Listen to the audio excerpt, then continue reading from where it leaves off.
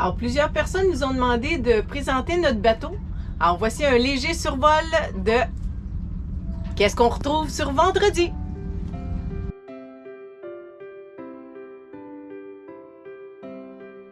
Notre bateau vendredi, c'est un Chatham Extreme 40 en aluminium et il a été conçu par l'architecte français Gilbert Caroff. De chaque côté, on a des petits sièges super sympathiques qui nous permettent de bien vérifier la navigation et de profiter du paysage. À l'arrière, nous pouvons soulever l'annexe quand nous faisons des petites navigations. Évidemment, en longue navigation, traversée de l'océan, nous couchons l'annexe sur le pont. Un système de palan nous permet de soulever le moteur de l'annexe, le hors-bord, qui est un Yamaha 9.9 force 2 temps. Et avec le palan, nous pouvons déposer l'annexe, pas l'annexe, mais le moteur vient sur cette planche. À la barre à roues, nous avons un GPS Garmin avec toute la cartographie. Nous avons le compas bien sûr et le contrôle du propulseur d'étrave. Nous avons aussi le contrôle du pilote automatique. Alors voici la table du cockpit qu'on peut agrandir avec 2 panneaux.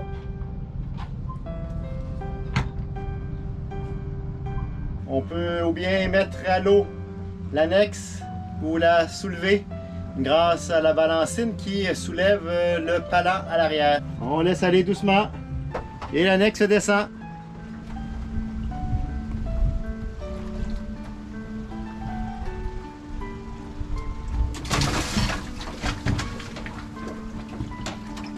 Dans le fond du cockpit, nous avons un coffre qui nous permet de mettre le radeau de survie.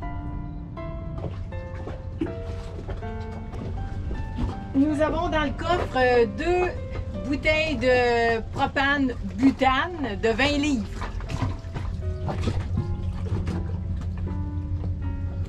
Au niveau de l'électronique, nous sommes récepteurs et émetteurs AIS, ce qui nous permet de voir les bateaux et d'être vus par les autres. Les différents cadrans, les instruments, tout ce qu'il y a de plus simple, traditionnel, alors la vitesse du bateau, la vitesse et l'orientation du vent, ainsi qu'un indicateur de profondeur et un inclinomètre. Nous avons un radar que nous utilisons très rarement. Au niveau de la voilure, nous avons une grand voile sur enrouleur.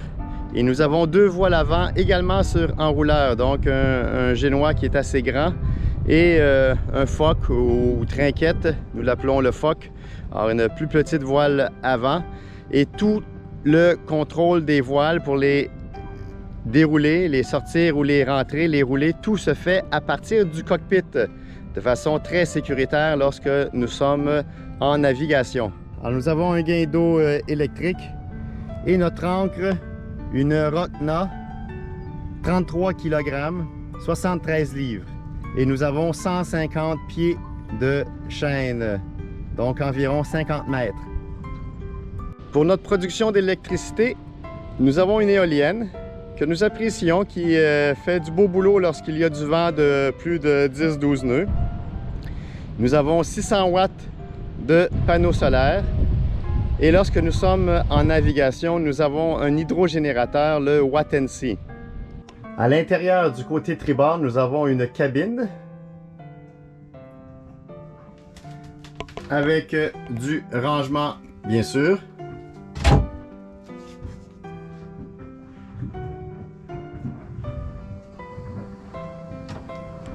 Dans la cabine, si nous ouvrons les panneaux sur les côtés, cela nous donne un accès au moteur.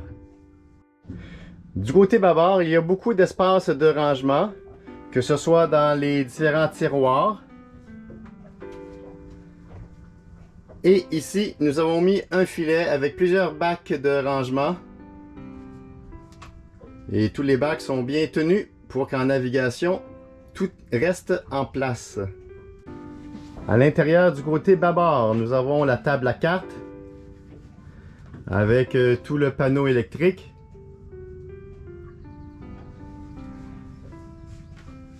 Nous avons l'Iridium Go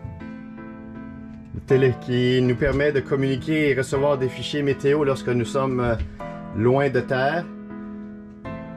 La radio VHF. Voici les différents tiroirs de rangement avec les outils principaux. Alors, beaucoup d'espace pour déposer les outils, différentes pièces d'équipement. Sous le plancher, nous avons beaucoup de rangements. Alors, les batteries. Nous avons 4 batteries 6 volts, des batteries L16 qui nous donnent 950 ampères environ. Ici aussi du rangement. C'est quand même très profond. Vous voyez, on peut mettre des bidons d'eau de 20 litres. Voici le coin de cuisine avec un congélateur à l'arrière et un frigo. Alors, voici le four. Voici les rangements. Beaucoup de rangements. Beaucoup de rangements, beaucoup très de rangements. pratique. Avec 2 lavabos, 2 éviers, super pratiques. Un point que nous aimons beaucoup, c'est la luminosité. Il y a beaucoup là, du bleu, d'écoutille, et ce qui fait que le bois, le cerisier, une couleur pas trop foncée, rend tout l'intérieur très lumineux. Alors voici la table à manger qui peut se descendre pour faire un lit en navigation et différents rangements sous les banquettes.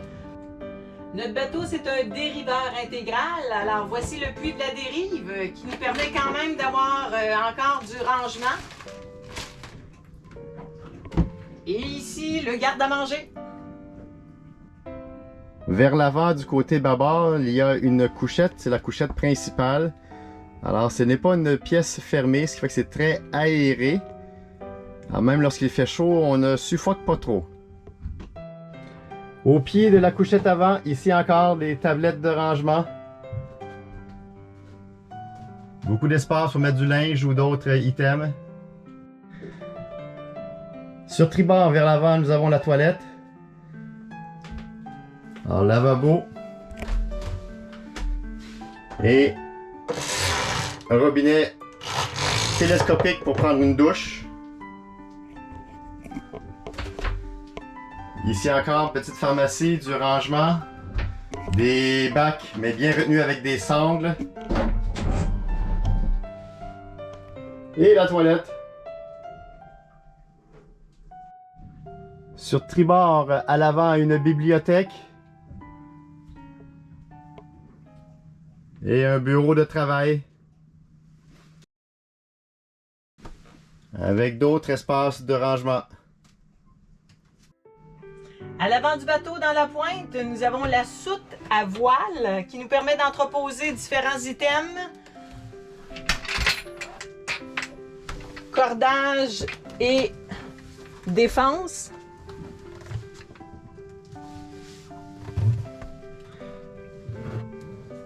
Et nous pouvons sortir par l'écoutille qui est en haut.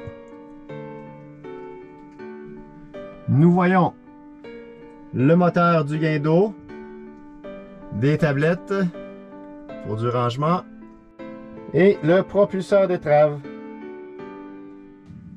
Nous avons un voilier bien sûr, mais le moteur est une partie importante de notre embarcation. Notre moteur est un Perkins 65 force, 65 HP.